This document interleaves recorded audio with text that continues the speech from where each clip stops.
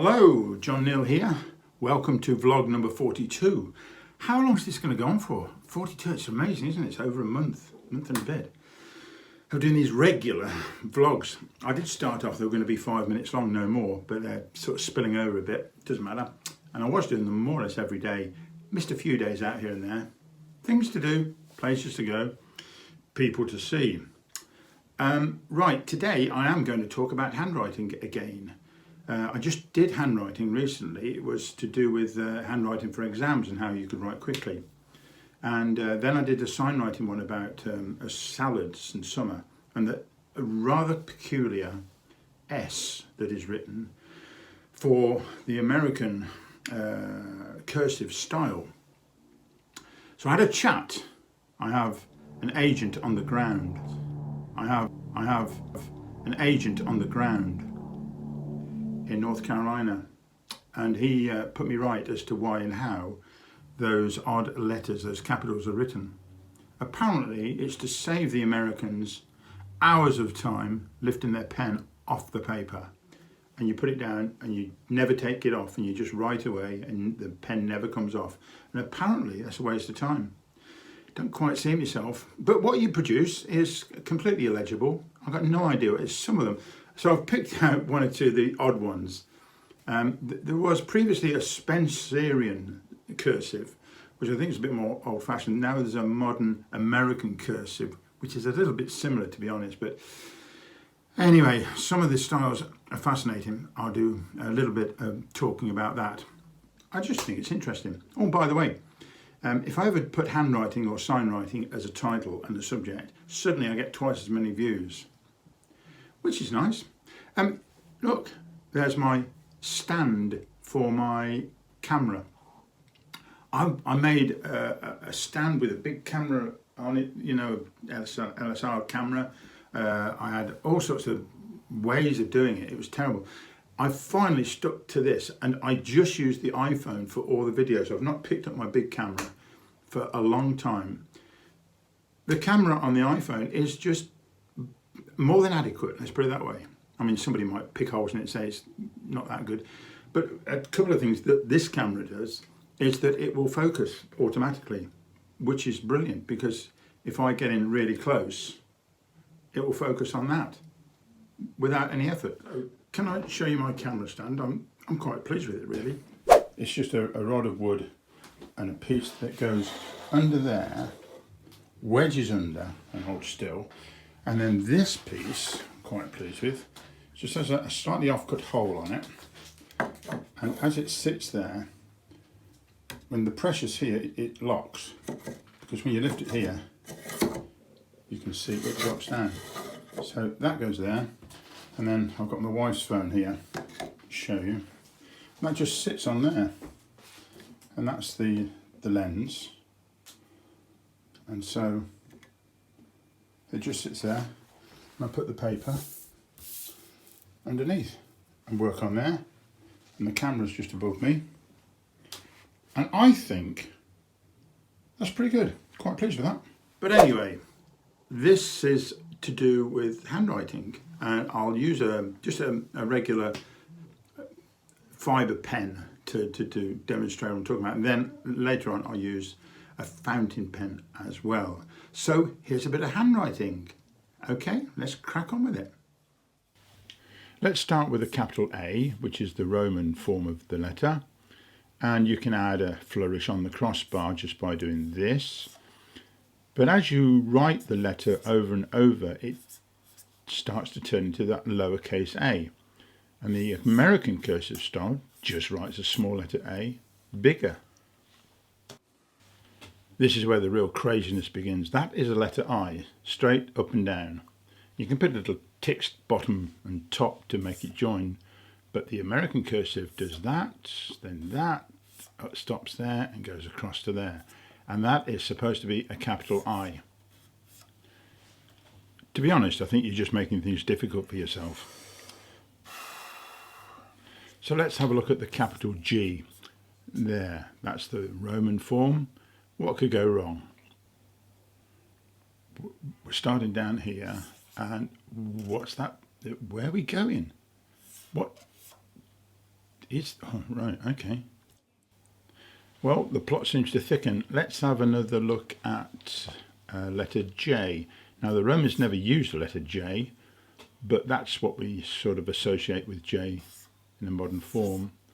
Well, I suppose that's doable. In fact, I learned something rather like that to write my own name when I was a child in British schools.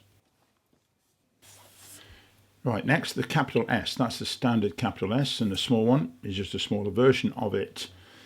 According to the original Roman type, the American style starts down at the bottom and it has to end up over the right hand side and do all that. Okay, that would spell spaghetti. Actually, it looks like spaghetti. Right, let's have an identity parade. Let's line these fellas up. That's supposed to be a capital I. That's a capital J. That's a capital G, I understand. And that's a capital S. And I don't recognise any of them. Sorry, officer. Not one of those. Can we have the next line of suspects, please? What have we got here? Ah, now that's a capital A. Got that, thank you. Who's next? G, yeah, that looks good. J, fine. Clear as a bell. I, yeah, S. Perfect. I can use these. Adam. George, yeah, George. Lovely. John. Ian. And Steve. That works. Thank you. And now my favourite fountain pen. Whenever I use this pen, this one, people always ask, where did I get it from? And other questions. I bought it at a craft fair and therefore I can't tell you what make it is. So all the mechanisms to it, this part, he will have, the man who made it, will have acquired from a pen making supplier. That's this. And the only thing I can say about it is it's a very nice pen. It cost me about £40.